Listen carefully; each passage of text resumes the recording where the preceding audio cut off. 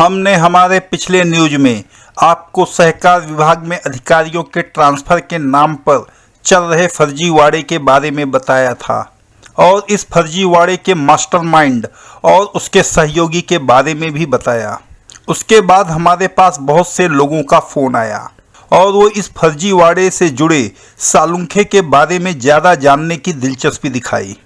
हमने भी सालुंखे के अतीत को खंगाला और इस न्यूज के माध्यम से हम आपको बताएंगे सालुंखे कौन है और शाहजी पाटिल उसके लिए किस लालच में काम करने लग गया। उससे पहले आज के मौजूदा हालात से जुड़े किसी हिंदी फिल्म का एक छोटा सा दृश्य देखते हैं। मुझे पता है कि हालात ठीक नहीं है, हमारा सारा सिस्टम सड़ रहा है, गल रहा है, लेकिन फिर भी मैं यकीन के साथ कह सकता हूं सर कि देयर इज होप। उम्मीद है सर, है। न्यूज की शुरुआत करने से पहले हाल ही में प्रशासकों द्वारा हो रहे भ्रष्टाचार को उजागर करने वाली खबर को देखते हैं। हाल ही में मुंबई के मौजूदा विधायक आशीष शेलार जी ने सहकार आयुक्त अनिल कौड़े से भ्रष्ट अधिकारियों पर एफआईआर की मांग की। शायद शेलार जी को यह नहीं मालूम है कि अगर अधिकारी पैसा देकर पोस्टिंग खरीदेगा तो वो किसी न किसी माध्यम से वसूली तो करेगा ही।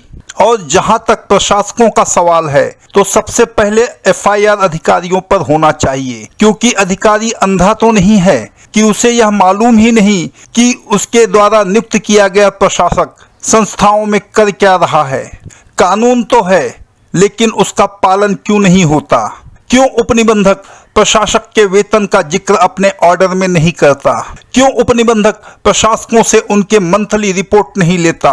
क्यों उपनिबंधक एक ही प्रशासक को 3 से ज्यादा संस्थाओं में बतौर प्रशासक नियुक्त करता है?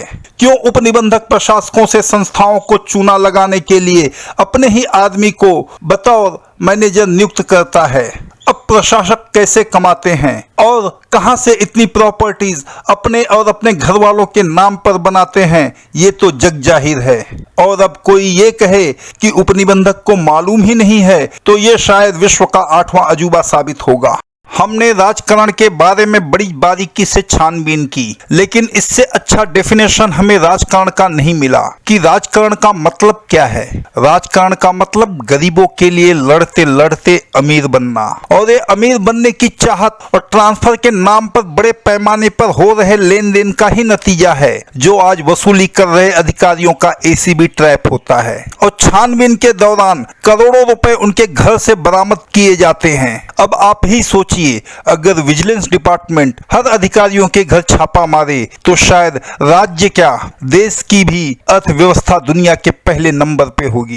ये बात गलत नहीं है कि अगर आप रिश्वत की पूरी रकम नहीं दे सकते हैं तो आप सिस्टम के दलाल, या दूसरे शब्दों में कहें तो वसूली बादशाह बन जाएं। यही बात शाहजी पाटिल या एसएम पाटिल पर लागू हुआ। एसएम पाटिल अपना प्रमोशन करवाकर एसआरई की पोस्टिंग मौजूदा दौर में सालुंखे के जरिए नहीं ले सकता था, इसलिए उसने दूसरा रास्ता अपनाया और वो था सालुंखे के साथ काम करने का और वसूली के धंधे में उसका सहयोग करने का, क्योंकि सिर्फ और सिर्फ एसएम पाटिल को ही मालूम था कि सहकार विभाग में किस वार्ड के लिए कौन सा अधिकारी कितना रुपया दे सकता है, और इसके लिए जरूरी था उसका मंत्रालय में ही कार्यरत होने का, जिसका रास्ता सालुंखे ने साफ किया। भरोसेमंद सूत्रों की माने तो एसआरए का अगला सहनिबंधक एसएम पाटिल है, और अगर उसे एसआरए नहीं मिला तो सिडको में पोस्टिंग मिलना तय है। लेकिन सिडको की पोस्टिंग उतनी आसान नहीं है, क्योंकि वहां की पोस्टिंग के लिए विलास गावड़े ने अपनी दावेदारी ठोक दी है। हाल ही में हो रहे एक सर्वे में लोगों ने माना कि भ्रष्टाचार फैलाने में पहले नंबर पर नेता और दूसरे नंबर पर अधिकारी और तीसरे नंबर पर पत्रकार आते हैं। हमारा विश्वास कीजिए, ये सर्वे हमने नहीं करवाया है, ये आईबीएन ने करवाया है और इसके पीछे तथ्य भी है। अगर मेरिट पर ट्रांसफर हो तो समाज को अच्छे अधिकारी मिलेंगे, और अगर समाज को अच्छा अधिकारी मिलता है तो शायद वो किसी प्रशासक को 3 से ज़्यादा संस्थाओं में 6 महीने से ज़्यादा नियुक्त नहीं करेगा।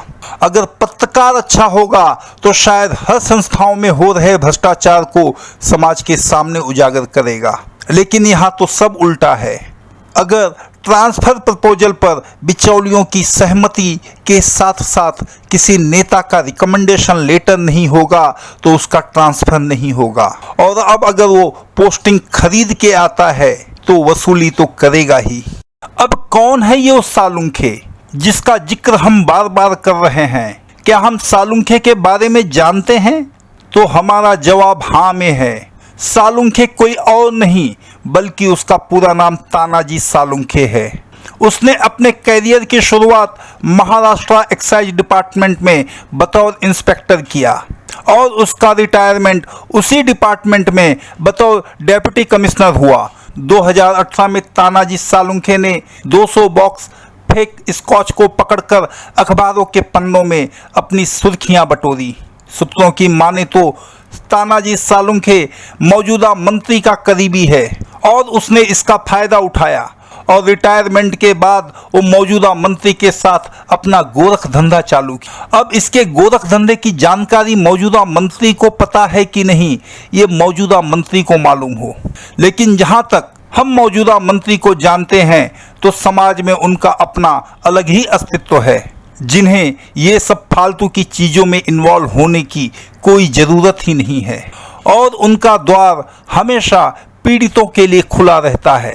और शायद यही कारण है कि उनके मौजूदा चुनाव क्षेत्र में उन्हें हराना मुश्किल ही नहीं नामुमकिन है। क्या तानाजी सालुंखे की कोई राजनीतिक महत्वाकांक्षा है? इस सवाल का जवाब भी तानाजी सालुंखे ही दे सकते हैं कि क्या उन्हें अपने परिवार के किसी सदस्य को पंचायत का अध्यक्ष बनवाना है या फिर खुद को किसी चुनाव क्षेत्र से आमदार। रही बात पैसे की तो शायद किसी गांव के पूरे ग्रामवासियों के पास जितना पैसा होगा उतना तो सालुंखे ने आज तक बना ही लिया होगा। ये सब जानने के लिए हमने तानाजी सालुंखे को हमसे बात करने के लिए मैसेज किया और संपर्क साधने की कोशिश भी की, लेकिन तानाजी सालुंखे ने हमसे बातचीत नहीं की। कहीं तानाजी सालुंखे को कोई भय तो नहीं है? कहते हैं भ्रष्टाचार की रातें रंगीन होती हैं, लेकिन उसका उजागर होने के बाद भविष्य अंधकार। और यही कारण है कि मौजूदा समय में सालुंखे जैसे लोग जो 100 करोड़ की उगाही में लिप्त थे आज जेल की सलाखों के पीछे हैं। 2020 में मुंबई में हुए सारे के सारे ट्रांसफर में सालुंखे ही लिप्त था। उसने सहकार विभाग के अधिकारियों से 25 से 60 लाख रुपया लेकर उनका ट्रांसफर उनके मनचाहे विभाग में करवाया। 2021 में चूंकि मार्केट में 4 अधिकारी पोस्टिंग खरीदने के लिए तैयार थे, इसलिए चारों को एकोमोडेट करने के लिए मुंबई के पी वार्ड का दफ्तर खाली करवा दिया गया।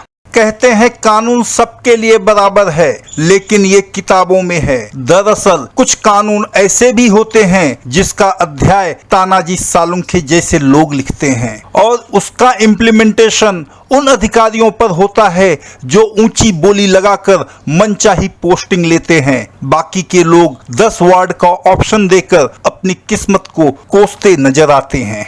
अगर इस न्यूज से किसी को किसी प्रकार का आघात पहुंचा है तो हम उसे उसका नार्को टेस्ट अपने पैसे पर करवाने की सलाह देते हैं। और हाँ, हम बिना किसी ठोस सबूत के किसी भी अधिकारी विशेष पर कोई आरोप नहीं लगाते हैं।